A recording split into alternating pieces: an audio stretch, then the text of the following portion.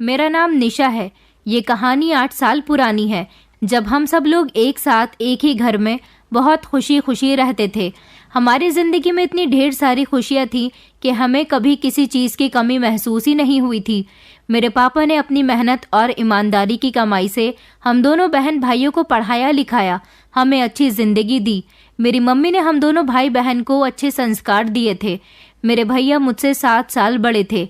मेरे भैया को तो मम्मी पापा बहुत ही प्यार करते थे, क्योंकि उनसे उनकी ढेर सारी उम्मीदें जुड़ी हुई थी। पापा चाहते थे कि भैया हाई एजुकेटेड बने और किसी काबिल बने, जिससे पापा का सीना गर्व से चौड़ा हो सके। हमारे सभी रिश्तेदार हमारी फैमिली की बहुत तारीफ किया करते थे, क्योंकि हम दोनों ही भाई बहन बहुत संस्कारी थे और देखने में भी बहुत अच्छे थे। मेरे पापा की मोहल्ले में और रिश्तेदारों में बहुत इज्जत थी। सब लोग उनसे इज्जत से बात किया करते थे। वो समय एक ऐसा समय था जब हमें हमारी ज़िंदगी में किसी तरह की कोई कमी महसूस नहीं हुई थी। ज़िंदगी इतनी हसीन लगती थी, ऐसा लगता था जैसे ज़िंदगी के अंदर कभी कोई परेशानियां ही नहीं होती। हमारे पापा हम लोगों पर परेशानी आने से पहले ही उसका सॉल्यूशन ढूंढ लिया करते थे। मेरे पापा बहुत अच्छे थे, लेकिन उन्हें ज़्यादातर उम्मीदें भैया से ही थीं। पापा का मानना था कि बेटियां सिर्फ इसलिए होती हैं कि उनको उनकी मर्जी के मुताबिक ज़िंदगी जीने दी जाए। जब तक वो जवान नहीं हो जाती, सिर्फ तब तक उनकी पढ़ाई पूरी करवाई जाए और फिर कम उम्र में ही उनके लिए अच्छा सा वर देखकर उनकी शादी कर दी जाए। मगर मेरा मानना था कि अगर लड़कियां अपना सपना पूरा करना चाहती हैं तो लड़की और लड़कों में भेदभाव क्यों किया जाता है? क्या पेरेंट्स का सहारा सिर्फ लड़के ही बन सकते हैं, लड़कियां क्यों नहीं? मैं चाहती थी कि मैं भी हाई एजुकेशन करूं और किसी काबिल बन जाऊं। मैं भी भैया की बराबरी करना चाहती थी, लेकिन मेरे पेरेंट्स ने मुझे कभी इतना मौका ही नहीं दिया।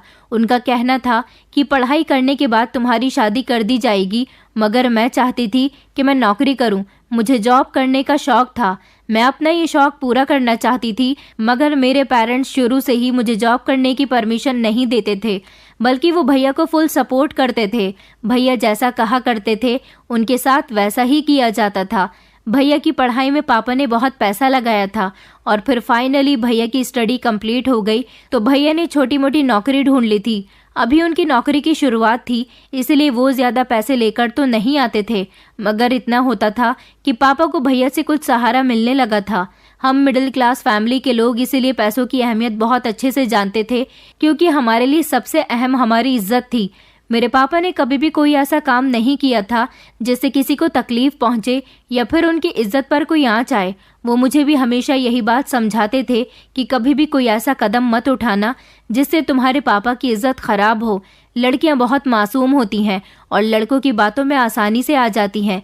मेरे पापा मुझसे कहते थे कि कभी भी कोई लड़का तुम्हें अपने प्यार के जाल में फंसाए या तुमसे उल्टी सीधी बातें करे तो किसी लड़के की बातों में मत आना। मैं अपने पापा की बात को अच्छी तरह से समझती थी।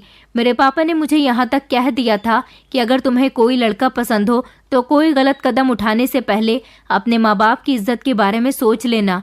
ऐसा नहीं है कि हम तुम्हारी शादी तुम्हारी पसंद के मुताबिक नहीं करवाएंगे। अगर हमें तुम्हारी पसंद ठीक लगी तो हम तुम्हारे लिए बेहतर से बेहतर फैसला लेंगे, लेकिन कभी भी तुम्हें अपने फैसले से निराश नहीं होने देंगे।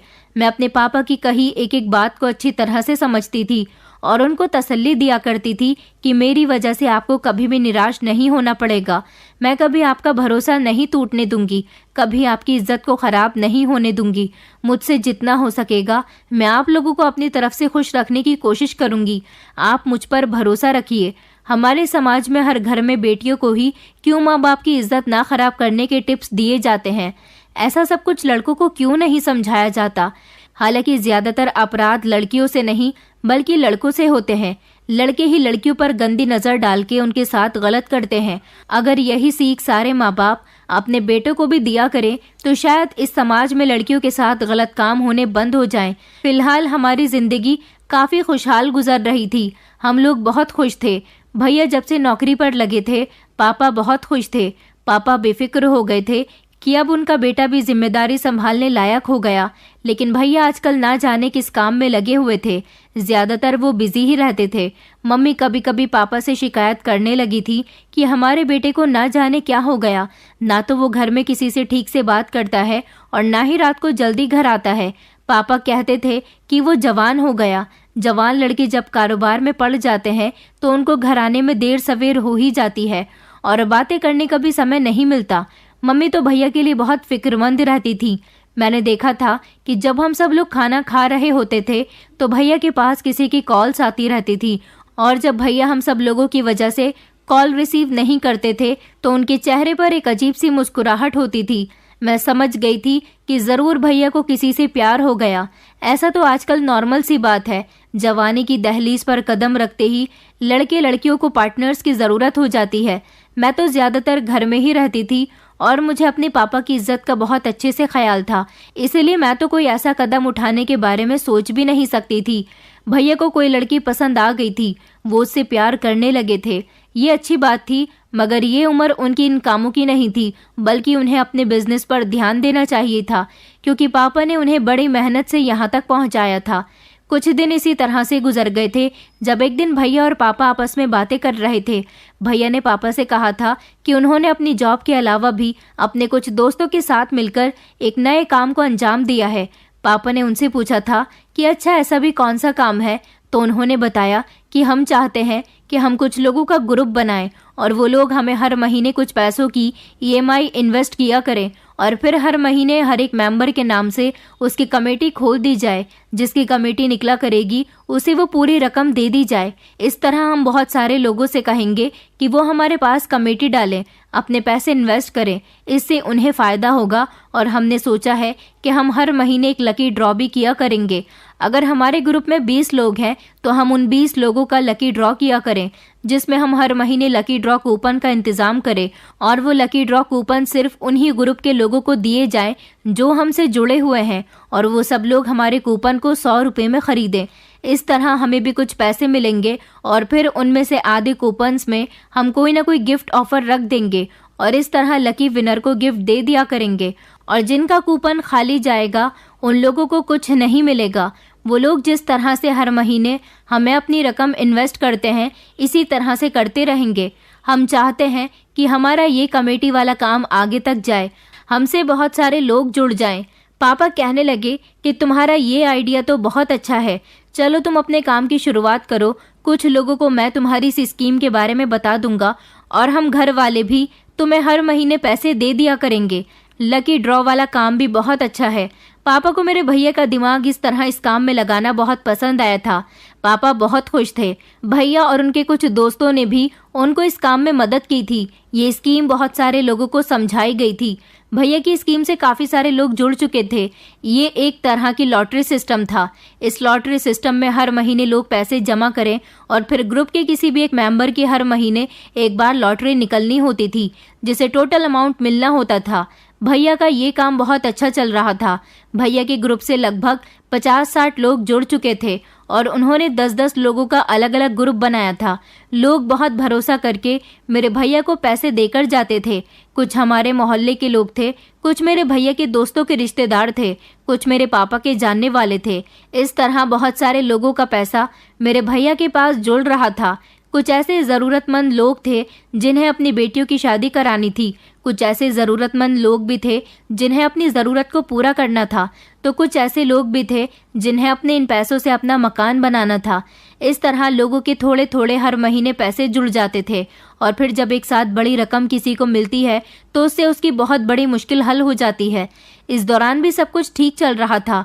भैया को मैंने कई बार देखा था। वो रात के टाइम पर किसी से फ़ोन पर बातें कर रहे होते थे, कभी छत पर जाते तो चैटिंग कर रहे होते थे। कभी कभी तो मैंने उन्हें वीडियो कॉल भी करते हुए देखा था, जिस पर मैंने उस लड़की को भी देख लिया था जिस लड़की से भैया प्यार करने लगे थे। ये लड़की कौन थी और कहाँ की थी ये तो मैं नहीं जानती थी, क्योंकि मैंने अभी तक भैया को उससे बातें करते हुए चोरी चुपके ही देखा था। भैया ने उस लड़की के बारे में हम में से किसी को भी कुछ नहीं बताया था, लेकिन अब मम्मी चाहती थी कि वो भैया की शादी कर दे। घर में बहू आ जाएगी तो मेरा भी साथ हो जाएगा। भैया मुझसे उम्र में बड़े थे, इसलिए उनकी शादी पहले होनी थी। मम्मी ने जब भैया से उनके रिश्ते के बारे में बात की तो भैया कहने लगे कि वो अभी शादी नहीं करना चाहते। मैंने तो मम्मी को यही बताया था कि भैया ज़रूर आपको अपनी पसंद की लड़की के बारे में बता देंगे, मगर भैया ने जब ये कहा कि उन्हें अभी शादी ही नहीं करनी और उन्होंने उस लड़की के बारे में भी मम्मी को कुछ नहीं बताया। मैं तो तब दंग ही रह गई थी। क्या सच में ये दोनों अभी शादी नहीं करना चाहते थे? फिर मैंने सोचा कि मुझे इस बात पर ज़्यादा ध्यान नहीं देना चाहिए, ये उन दोनों का पर्सनल मैटर है, क्योंकि मम्मी पापा भी इस बात पर खामोश हो गए थे। भैया शादी से साफ इनकार कर चुके थे। उन्होंने कहा था कि अभी मुझे शादी के लिए 2 साल का समय चाहिए, लेकिन अभी मेरी शादी में भी टाइम था। मैं घर में ही रहकर बच्चों को ट्यूशन पढ़ाया करती थी। मेरे दिन बहुत अच्छे और सुकून भरे गुजर रहे थे। मुझे इंटर कंप्लीट हुए 6 महीने हो गए थे। भैया ने अपने कमेटी वाले बिजनेस का ऑफिस हमारे ही घर में बनी हुई बैठक में बना लिया था। भैया अपनी जॉब से फ्री होने के बाद अपने ऑफिस में बैठ जाते थे। वहीं पर उनके पास उनके ग्रुप के सारे लोग आते थे और वहीं पर उनके सारे दोस्त वगैरह भी आते थे, जिनके साथ भैया वहां बैठकर बातचीत किया करते थे। इस दौरान मेरा एक रिश्ता आया था। मम्मी पापा को ये लड़का बहुत पसंद था। लड़के वालों को भी मैं बहुत पसंद थी। लड़के वाले चाहते थे कि शादी जल्द से जल्द हो जाए, मगर मेरे पापा इतनी जल्दबाजी में मेरी शादी नहीं करना चाहते थे। उन्होंने लड़के वालों से फौरन ही मना कर दिया था कि हम अपनी बेटी की शादी आराम और तसल्ली से करेंगे। हम चाहते हैं कि पहले हम अपने बेटे की शादी कर दें, उसके 1 साल बाद हम अपनी बेटी की शादी करेंगे। लड़के वालों को ये शर्त मंजूर तो नहीं थी, मगर फिर उन्हें मुझे ही अपने घर की बहू बनाना था, इसलिए उनको पापा की ये बात माननी पड़ गई थी। पापा चाहते तो उसी समय मेरी शादी कर सकते थे, लेकिन पापा सिर्फ इस वजह से मजबूर थे कि मैं उनकी इकलौती बेटी थी। उनके पास ज़्यादा सेविंग्स नहीं थी। वो चाहते थे कि 2-3 साल तक भैया की जॉब करने से पापा के पास थोड़े बहुत सेविंग्स हो जाएंगी, क्योंकि पापा जो सैलरी घर में लेकर आते थे वो सभी महीने के खर्च में ख़त्म हो जाती थी, और जो थोड़ी बहुत बचती थी उनसे ज़्यादा सेविंग्स नहीं हो पाती थी। वो किसी ऐसे इमरजेंसी टाइम के लिए उठाकर रख दी जाती थी जो मुश्किल समय में काम आ सके। भैया जो अब थोड़े बहुत पैसे अपनी जॉब की सैलरी से लाने लगे थे, उसमें से आधे पैसे तो भैया ही अपने खर्च के लिए अपने पास रखते थे, जबकि आधे पैसे पापा के पास आ जाते थे।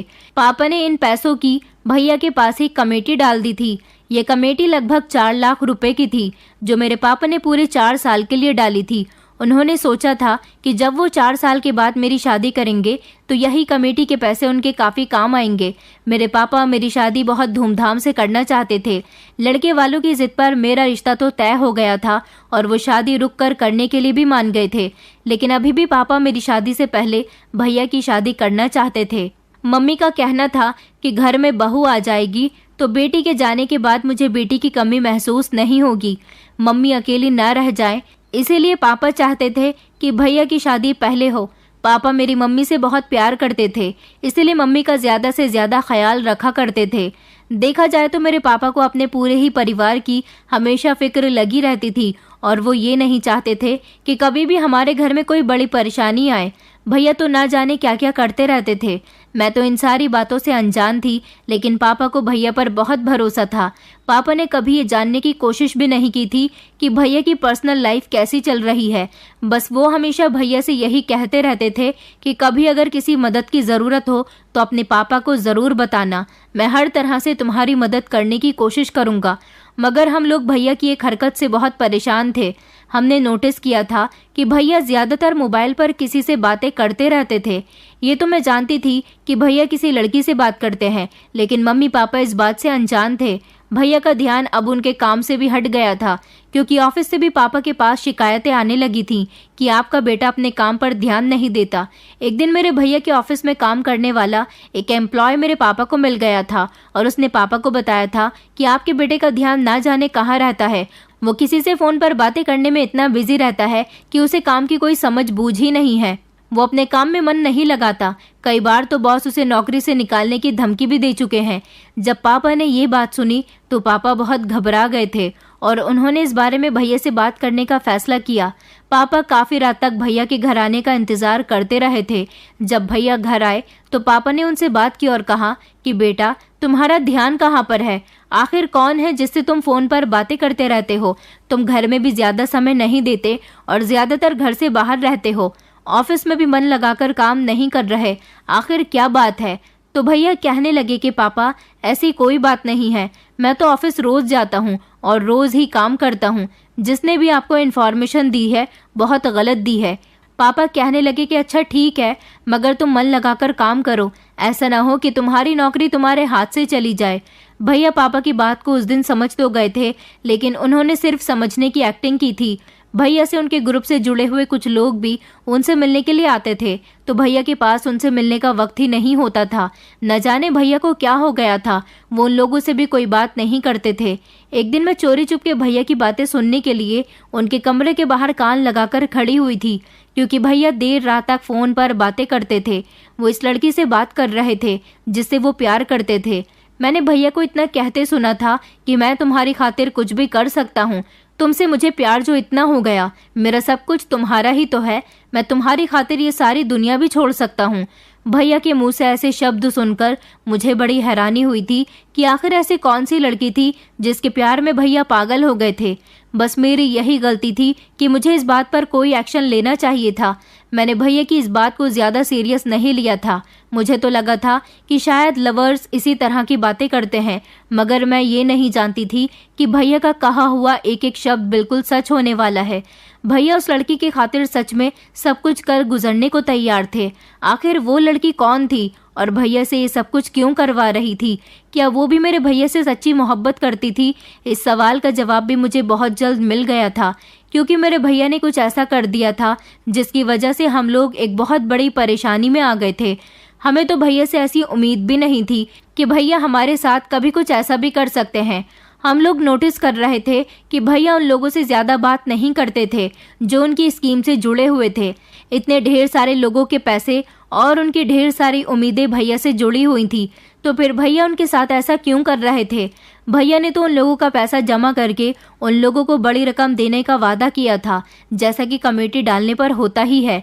ऐसा ही कुछ मेरे भैया भी किया करते थे, और वो हर महीने लकी ड्रॉ भी कर रहे थे, जिसमें जो लोग कूपन खरीदते थे और उनको उनमें से कुछ लोगों को गिफ्ट मिलते थे। इससे कुछ लोगों को फायदा होता था तो कुछ लोगों को नुकसान भी होता था। ये तो लकी ड्रॉ था, जिसकी मर्जी चाहे वो कूपन खरीद सकता था। मेरे भैया इसमें किसी के साथ कोई जोर जबरदस्ती नहीं करते थे, लेकिन जो महीने की कमेटी के पैसे होते थे वो सभी को टाइम से देने पड़ते थे। भैया घर में हम सब लोगों के साथ भी बहुत कम समय बिताने लगे थे। अब देखा जा रहा था कि भैया अपनी नौकरी छोड़ चुके थे। पापा को जब ये बात पता चली तो उन्होंने भैया पर बहुत गुस्सा किया था, लेकिन पापा के इतना गुस्सा करने के बावजूद भी भैया को कोई फर्क ही नहीं पड़ा था। हम लोगों की समझ नहीं आ रहा था कि भैया को आखिर ऐसा भी क्या हो गया। तब आधी रात का समय था, जब मेरे मम्मी पापा अपने कमरे में गहरी नींद में सो रहे थे, जबकि मैं अपने कमरे में थी। मुझे नींद नहीं आ रही थी, इसलिए मैं अपने मोबाइल में सीरियल देख रही थी। तभी अचानक मुझे भैया के कमरे की तरफ से कुछ खटर पटर की आवाज़ सुनाई दी। भैया का कमरा मेरे कमरे से जस्ट बराबर में ही बना हुआ था। मैंने सोचा कि रात के इस समय भैया अपने कमरे में क्या कर रहे हैं, क्या वो अभी भी जाग रहे हैं। पहले तो काफ़ी देर तक मैंने ये सब कुछ इग्नोर करने की कोशिश की, लेकिन जब लगातार मुझे खटर पटर की आवाज़ आती रही तो फिर मैं मोबाइल बंद करके अपने कमरे से बाहर निकली और देखने लगी कि आखिर भैया अपने कमरे में क्या कर रहे हैं। भैया के कमरे का दरवाज़ा थोड़ा सा खुला हुआ था। मैंने चुपके से झांक कर देखा तो भैया अपना बैग पैक कर रहे थे। अलमारी से कपड़े निकालकर बैग के अंदर रख रहे थे। आखिर भैया कहाँ जा रहे थे और रात के समय उन्हें पैकिंग करने की क्या ज़रूरत पड़ गई थी? मुझसे ये सब बाहर खड़े होकर देखा नहीं गया, इसलिए मैं दरवाज़ा खोलकर भैया के कमरे के अंदर चली गई। मुझे अचानक देखकर भैया चौंक गए थे और वो घबराने लगे। कहने लगे कि तुम अभी तक सोई नहीं हो। मैंने कहा भैया मुझे नींद नहीं आ रही थी, आपके कमरे से आवाज़ सुनी तो मैं आपको देखने के लिए आ गई कि आखिर आप क्यों जाग रहे हो।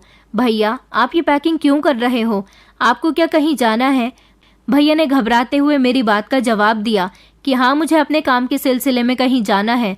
मैंने कहा कौन से काम के सिलसिले में? नौकरी तो आप छोड़ ही चुके हो और बस आपका स्कीम वाला काम ही चल रहा है, उसमें भी आप लोगों से ढंग से बात नहीं करते। आपको पता है कि लोग पापा से आकर आपकी शिकायतें करते हैं। भैया कहने लगे कि अच्छा धीमी आवाज़ में बात करो, कहीं मम्मी पापा ना उठ जाएं। मैंने कहा भैया कि आप अपने जाने की खबर मम्मी पापा को नहीं दोगे? तो भैया कहने लगे कि नहीं, अभी मैं उन्हें ये खबर देकर परेशान नहीं करना चाहता। तुम चाहो तो सुबह बता देना कि मैं अपने काम के सिलसिले में शहर से बाहर जा रहा हूँ, 1-2 दिन में वापस लौट आऊँगा।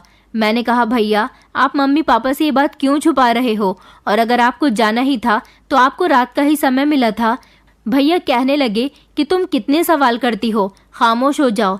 मैं मम्मी पापा से खुद बात कर लूँगा, उन्हें खुद सब कुछ समझा दूँगा। मैंने कहा, अच्छा आप कितने दिनों में आओगे? इतना ढेर सारा सामान लेकर जाने की क्या ज़रूरत है? क्या आप परमानेंट वहीं पर शिफ्ट हो जाओगे? यहाँ आने का इरादा नहीं है क्या?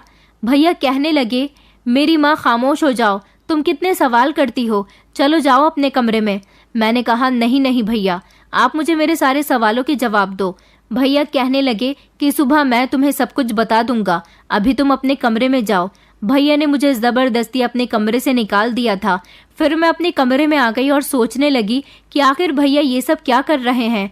भैया तो बहुत बदल चुके हैं, न जाने वो कहाँ जाने की तैयारी कर रहे हैं।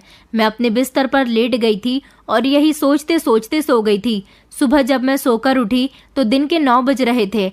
फ्रेश होने के बाद जैसे ही मैं कमरे से बाहर निकली तो मैंने देखा कि भैया अपने कमरे में मौजूद ही नहीं है। भैया का कमरा खाली देखकर मैंने सोचा कि कहीं भैया चले तो नहीं गए। मैं मम्मी से जाकर पूछती हूँ, क्योंकि उन्होंने मुझसे कहा था कि वो मम्मी पापा को सब कुछ बता देंगे। मैं जब किचन में मम्मी के पास गई और मैंने मम्मी से पूछा कि क्या भैया जा चुके हैं, तो मम्मी अनजान नज़रों से मुझे देखने लगी और कहने लगी, क्यों, तुम्हारा भाई कहाँ जाएगा, वो तो अपने कमरे में सो रहा है। मैंने कहा, नहीं नहीं मम्मी, भैया अपने कमरे में नहीं है। मेरी बात सुनकर मम्मी चौंक गई थी और कहने लगी, कहाँ गया है वो इतनी सुबह सुबह, उसने तो आज नाश्ता भी नहीं किया। मैंने कहा, मम्मी कल रात वो अपना सामान पैक कर रहे थे, ऐसा लग रहा था जैसे वो कहीं जाने की तैयारी कर रहे हैं। मैंने उनसे पूछा भी था कि आप कहाँ जा रहे हो, तो उन्होंने मुझे कुछ नहीं बताया और कहा कि वो आप दोनों को सब कुछ बताकर ही जाएंगे। मुझे लगा था कि वो रात के टाइम पर पैकिंग कर रहे हैं और सुबह जाएंगे, तो क्या वो उसी समय चले गए थे? मम्मी कहने लगी, ये बात हमें तो नहीं पता, हमें तो उसने कुछ भी नहीं बताया। मम्मी ने जल्दी से मोबाइल उठाया और भैया को कॉल करने लगी। मम्मी के होश उड़ गए थे क्योंकि भैया का नंबर स्विच ऑफ जा रहा था। मम्मी बहुत परेशान हो गई थी। मम्मी ने फौरन ही पापा के कमरे में जाकर उनको ये बात बताई। पापा भी ये बात सुनकर घबरा गए थे। पापा कहने लगे कि तुमने अपने भाई से नहीं पूछा कि वो कहाँ गया है? मैंने कहा, पापा मैंने तो उनसे पूछने की कोशिश की थी, मगर उन्होंने मुझे कुछ भी नहीं बताया। पापा कहने लगे कि तुमने हमें उसी समय क्यों नहीं बताया कि तुम्हारा भाई पैकिंग कर रहा है और कहीं जाने की तैयारी कर रहा है, हम उसे उसी समय रोक लेते। मैंने कहा, पापा मुझे आइडिया ही नहीं था कि भैया आप दोनों को बताए बिना ही इस तरह से घर से निकल जाएंगे। पापा भी लगातार भैया का नंबर ट्राई कर रहे थे, लेकिन भैया का नंबर स्विच ऑफ जा रहा था। मैंने भी अपने मोबाइल से कई बार भैया का नंबर डायल किया, लेकिन भैया का नंबर तो लग ही नहीं रहा था। हम लोग भैया की तरफ से बहुत परेशान हो गए थे।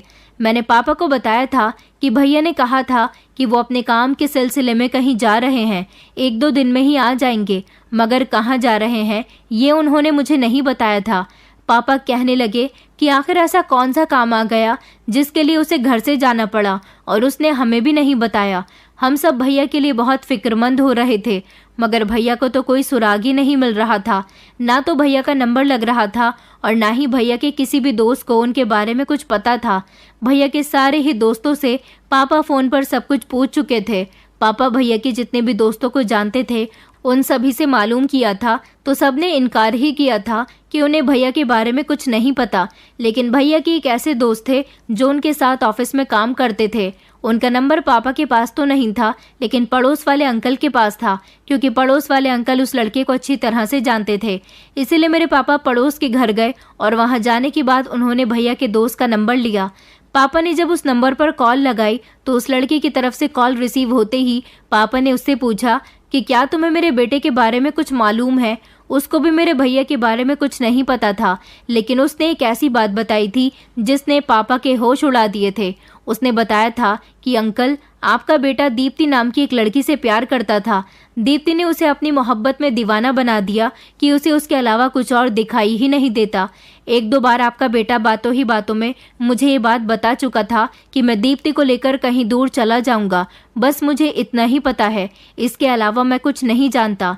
पापा ने जब ये बात सुनी तो पापा घबरा गए थे और उन्होंने जब हम लोगों को भी ये बात बताई तो हम लोग सुनकर बहुत परेशान हुए। मम्मी कहने लगी कि मैंने तो उसे उसकी पसंद के बारे में पूछा था। अगर उसे वो लड़की पसंद थी तो वो हमें भी तो बता सकता था। अगर वो सच में उस लड़की को लेकर भाग गया है तो उसने बहुत गलत किया है। वो लड़की जो भी थी, जैसी भी थी, हम उसे अपने बेटे की खुशी की खातिर इस घर की बहू बनाने के लिए तैयार थे, तो उसे ऐसा कदम उठाने की क्या जरूरत थी। मैंने मम्मी को समझाया और कहा कि मम्मी, हो सकता है कि भैया के दोस्त को कोई गलत फहमी हो गई हो, या फिर भैया सच में अपने काम के सिलसिले में गए हों और उनके दोस्त को ऐसा लगा हो कि वो उस लड़की को लेकर भाग गए। पापा कहने लगे कि हाँ, तुम बिल्कुल ठीक कह रही हो, अगर वो अपने काम के सिलसिले में ही कहीं गया है तो वापस लौटकर जरूर आएगा। हमने लगभग 1 हफ्ते तक भगवान से हर दिन प्रार्थना की थी और भैया का इंतजार करते रहे थे, मगर 1 हफ्ता गुजर गया था। न भैया से कोई कांटेक्ट हो सका था और न ही भैया घर वापस आए थे। एक तो हम पहले से ही इतना परेशान थे, ऊपर से भैया की स्कीम के लोग हमें बहुत परेशान कर रहे थे। वो बार बार हमारे पास आकर कहते थे कि कमेटी किस दिन खुलेगी और किसको मिलेगी। ये बात तो भैया ही जानते थे, क्योंकि ये सारा काम भैया के ही हाथ में था। उनकी इस स्कीम से कौन कौन लोग जुड़े हुए थे और कौन कौन लोग कितने कितने पैसे महीने में भैया को दिया करते थे, हम इस बारे में कुछ भी नहीं जानते थे। महीना होने को आ गया था। सब लोग कमेटी खुलने का इंतजार कर रहे थे और अपने पैसों की मांग कर रहे थे, मगर कमेटी खुलने से पहले ही भैया चले गए। पापा को लगता था कि भैया की अलमारी में इन लोगों के पैसे जरूर होंगे। हमने भैया का पूरा कमरा तलाश कर लिया था, मगर हमें कहीं पर भी 1 रुपया तक नहीं मिला था। इसका मतलब ये था कि भैया इन लोगों के सारे पैसे लेकर चले गए थे। वो लोग पापा को उल्टी सीधी बातें सुना रहे थे और कह रहे थे कि तुम्हारा बेटा कहाँ है और उसका नंबर क्यों नहीं लग रहा। एक बार वो हमारे हाथ लग जाए, हम उसे छोड़ेंगे नहीं। पापा कई दिनों तक तो उन्हें टालते रहे।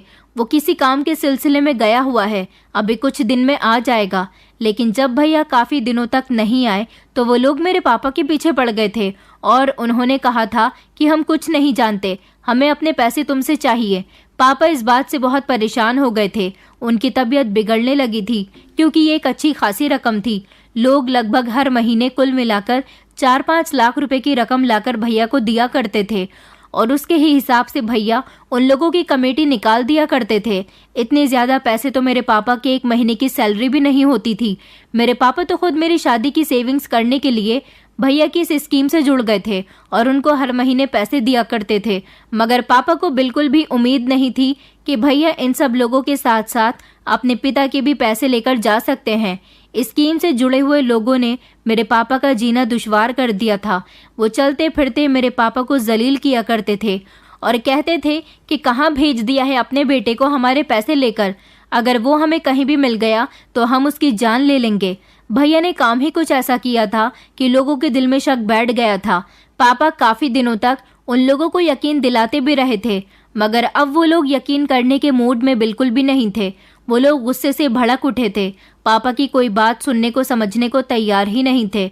अब तो लोगों ने पापा पर हमला भी करना शुरू कर दिया था, क्योंकि वो मेरे पापा को चोर बता रहे थे। पापा इतने परेशान हो चुके थे कि उन्होंने एक दिन गुस्से में आकर अपनी जान लेने की कोशिश की। मैंने बड़ी मुश्किल से अपने पापा को बचाया था। वो दिन मेरी जिंदगी का सबसे खतरनाक दिन था, जब मुझे ऐसा लग रहा था जैसे मेरे पापा इस दुनिया से चले गए तो मेरी दुनिया ही अधूरी रह जाएगी। मेरे माता पिता ही तो थे जो मेरी पूरी दुनिया थे। इन लोगों के बिना तो मेरी जिंदगी ही अधूरी थी। पापा को मैंने बड़ी मुश्किल से समझाया था, आखिर वो कर भी क्या सकते थे। वो इन हालातों से बहुत तंग आ गए थे। एक इज्जतदार इंसान जिसने इतने सालों से अपनी इज्जत कमाई हो और अब उसके बेटे ने उसकी इज्जत को तार तार करके रख दिया था, ऐसा इंसान खुदकुशी ना करे तो क्या करे। मम्मी भी बीमार रहने लगी थी। भैया ने हम लोगों के साथ बहुत गलत किया था। स्कीम वाले लोगों ने हमें कहीं का नहीं छोड़ा था। चलते फिरते वो लोग हमें जलील किया करते थे। हम लोगों ने घर से बाहर निकलना बंद कर दिया था। पापा भी काम पर नहीं जाते थे। लोगों का हंगामा बढ़ता जा रहा था। उन लोगों के जुल्म भी हम पर बढ़ते जा रहे थे। मेरा जिस लड़की के साथ रिश्ता लगा हुआ था, उसके परिवार वालों तक भी ये खबर पहुंच गई थी कि मेरा भाई लोगों के पैसे लेकर भाग गया है। उन लोगों ने भी हमसे रिश्ता खत्म कर दिया था।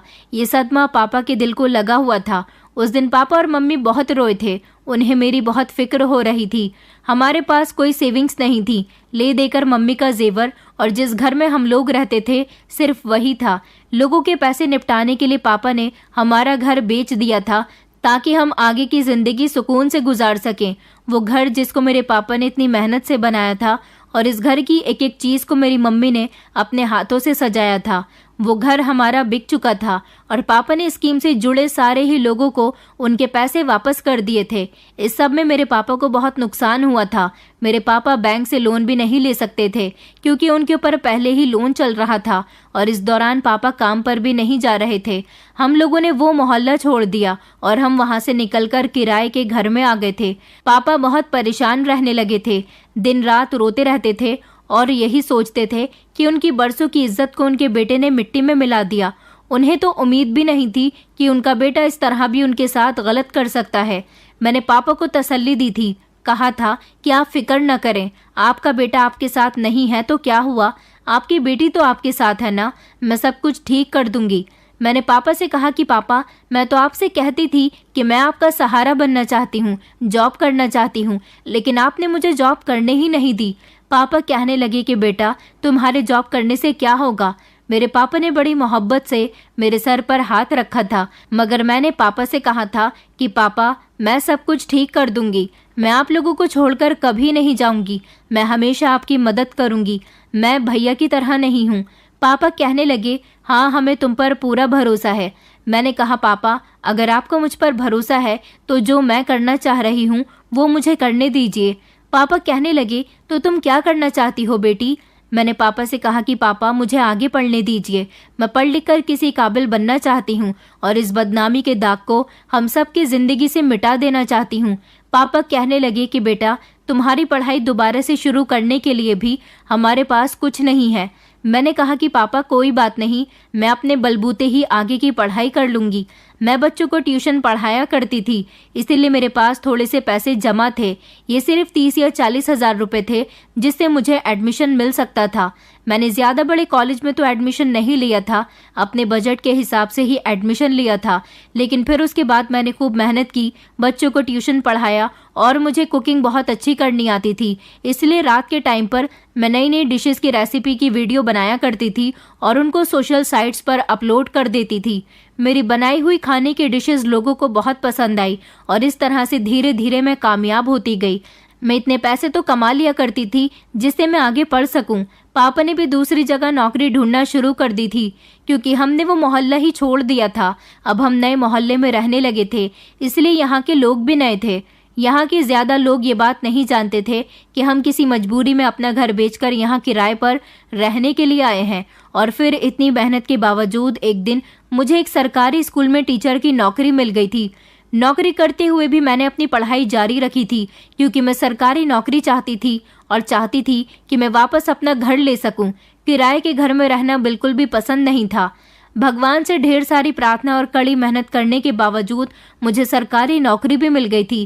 कहते हैं ना कि इंसान जब किसी काम को लगन और ईमानदारी के साथ करता है तो उसके लिए कुछ भी मुश्किल नहीं होता और उसे उसकी मनचाही चीज़ मिलकर ही रहती है। मैंने अपने घर की स्थिति को संभालने के लिए बहुत मेहनत की थी। मेरी गवर्नमेंट जॉब लगने की वजह से इस दौरान मेरे रिश्ते भी आने लगे थे। मेरे घर वाले चाहते थे कि अब वो मेरी जल्द से जल्द शादी कर दें। जब मुझे लड़के वाले देखने के लिए आए तो मैंने उन लोगों से कहा था कि मैं आपके बेटे से शादी तो कर लूँगी, मगर मैं चाहती हूँ कि शादी के बाद भी मैं अपने पेरेंट्स का ख्याल रखूँ, जॉब करूँ और अपने पेरेंट्स को अपनी सैलरी दूँ। मुझसे ऐसी उम्मीद मत रखना कि मैं शादी के बाद अपने पेरेंट्स को भूल जाऊंगी और कभी कभी अपने मायके आया करूंगी। मेरे पेरेंट्स का मेरे अलावा इस दुनिया में कोई भी नहीं है, इसलिए मुझे हमेशा ही उनके साथ रहना है। मेरी ऐसी बात से मेरे पापा भी गुस्सा हो जाया करते थे और लड़के वालों को भी ये बात ठीक नहीं लगती थी। मेरी इसी शर्त की वजह से मेरा कहीं रिश्ता नहीं हो पा रहा था। मैंने मम्मी पापा को बोल दिया था कि मैं शादी करूंगी तो किसी ऐसे ही इंसान से करूंगी जो मुझे मेरी शर्तों के साथ एक्सेप्ट कर सके। 5 साल हो गए थे। भैया के बारे में हमें आज तक कुछ पता नहीं चला था। हाँ, लेकिन ये बात कंफर्म हो गई थी कि भैया उसी लड़की को लेकर भाग गए हैं और उन सारे लोगों के भी पैसे लेकर जा चुके थे जो लोग भैया से ढेर सारी उम्मीदें जोड़े हुए थे। मम्मी पापा ने सोच लिया था कि वो भैया को कभी माफ़ नहीं करेंगे। मेरे होश तो तब उड़े थे जब एक दिन मेरे मोबाइल पर अननोन नंबर से कॉल आई थी। जब मैंने कॉल रिसीव की तो मैं दंग रह गई थी कि कॉल भैया ने की थी और भैया कॉल पर रो रहे थे। कहने लगे कि निशा, मैं जानता हूँ कि तुम सब लोगों को मेरी गलती के बारे में पता चल गया। मैंने कितनी बड़ी गलती की है। मैं तुम सब लोगों से माफ़ी मांगना चाहता हूँ। मैं अपनी की गई गलती पर बहुत शर्मिंदा हूँ। मैंने उसी समय भैया से कह दिया था कि हमारा आपसे कोई ताल्लुक नहीं है। आपकी वजह से हमारी जिंदगी बदल कर रह गई। हम लोग क्या थे और क्या हो गए। भैया कहने लगे कि एक बार मेरी बात तो सुन लो। उन्होंने कहा, जिस लड़की से मैं प्यार करता था उस लड़की ने मुझे लालच दिया था कि तुम लोगों के पैसे लेकर फरार हो जाओ और अपने घर वालों को भी पलटकर मत देखना। हम लोग कहीं दूर चलेंगे और अपनी जिंदगी खुशी खुशी गुजारेंगे। वो लड़की गरीब परिवार से थी और अकेली थी। मैं उससे बहुत ज्यादा प्यार करता था और इसीलिए मैंने हमेशा उसकी हर बात मानी थी।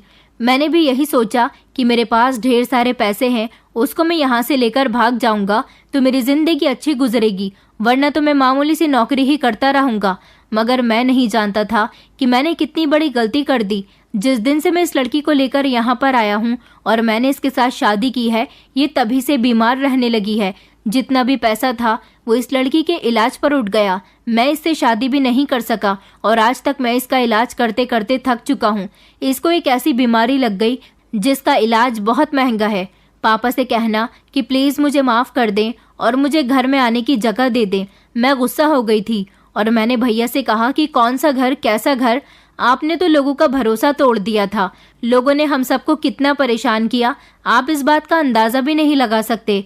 जिस घर में हम बचपन से रहे थे, आपकी खातिर वो घर हमें बेचना पड़ गया और उन लोगों को उनके पैसे दिए जिन्होंने हमारा जीना दुश्वार कर दिया था। आपने आज तो कॉल कर ली है, मगर आज के बाद कभी भी मुझे कांटेक्ट नहीं करना, क्योंकि हम सब के लिए आप मर चुके हैं। ये कहकर मैंने फ़ोन बंद कर दिया था। उसके बाद भैया ने मुझे काफ़ी कॉल्स की, मगर मैंने उनकी किसी भी कॉल का रिस्पॉन्स नहीं दिया। मैंने ये बात मम्मी पापा को नहीं बताई थी, क्योंकि मैं उन्हें ये बात बताकर तकलीफ में नहीं देखना चाहती थी। मम्मी पापा को तो वैसे भी यही कहना था कि हम उसे भूल चुके हैं। अगर वो हमारे सामने भी आ जाएगा तो हम उसे बेटा तक नहीं कहेंगे। काफ़ी सालों की मेहनत के बाद मैंने अपनी मेहनत की कमाई से हमारा एक छोटा सा और अपना घर भी खरीद लिया था। मेरे पापा को बहुत खुशी हुई थी और उन्हें यह एहसास हुआ था कि उन्होंने अपनी बेटी की पढ़ाई छुड़वाकर और उसको जॉब ना करने देकर उस समय कितनी बड़ी गलती की थी। लड़कियां गलत नहीं होती, बल्कि लड़कियों के साथ गलत होता है। लड़कियां तो अपने घर वालों का वो सहारा बनती हैं जो उनको मुश्किल से निकाल देती हैं। मेरे मम्मी पापा मुझसे बहुत खुश थे और फिर एक दिन मुझे एक ऐसा हमसफ़र भी मिल गया था जिसने मेरे मम्मी पापा को भी अपना पेरेंट समझ लिया था। उसका इस दुनिया में कोई नहीं था।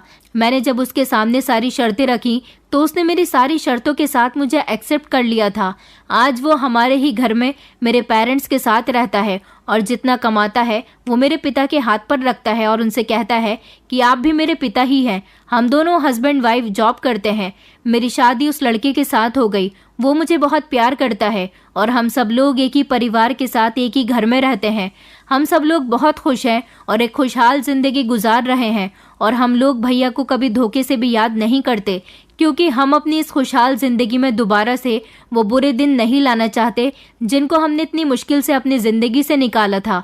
दोस्तों, उम्मीद करती हूँ आपको हमारी कहानी पसंद आई होगी। कहानी पसंद आई है तो वीडियो को लाइक करें, चैनल पर नए हैं तो चैनल को सब्सक्राइब करें और हाँ, नोटिफिकेशन बेल को ज़रूर दबाएं ताकि अगली अपडेट सबसे पहले आपको मिले।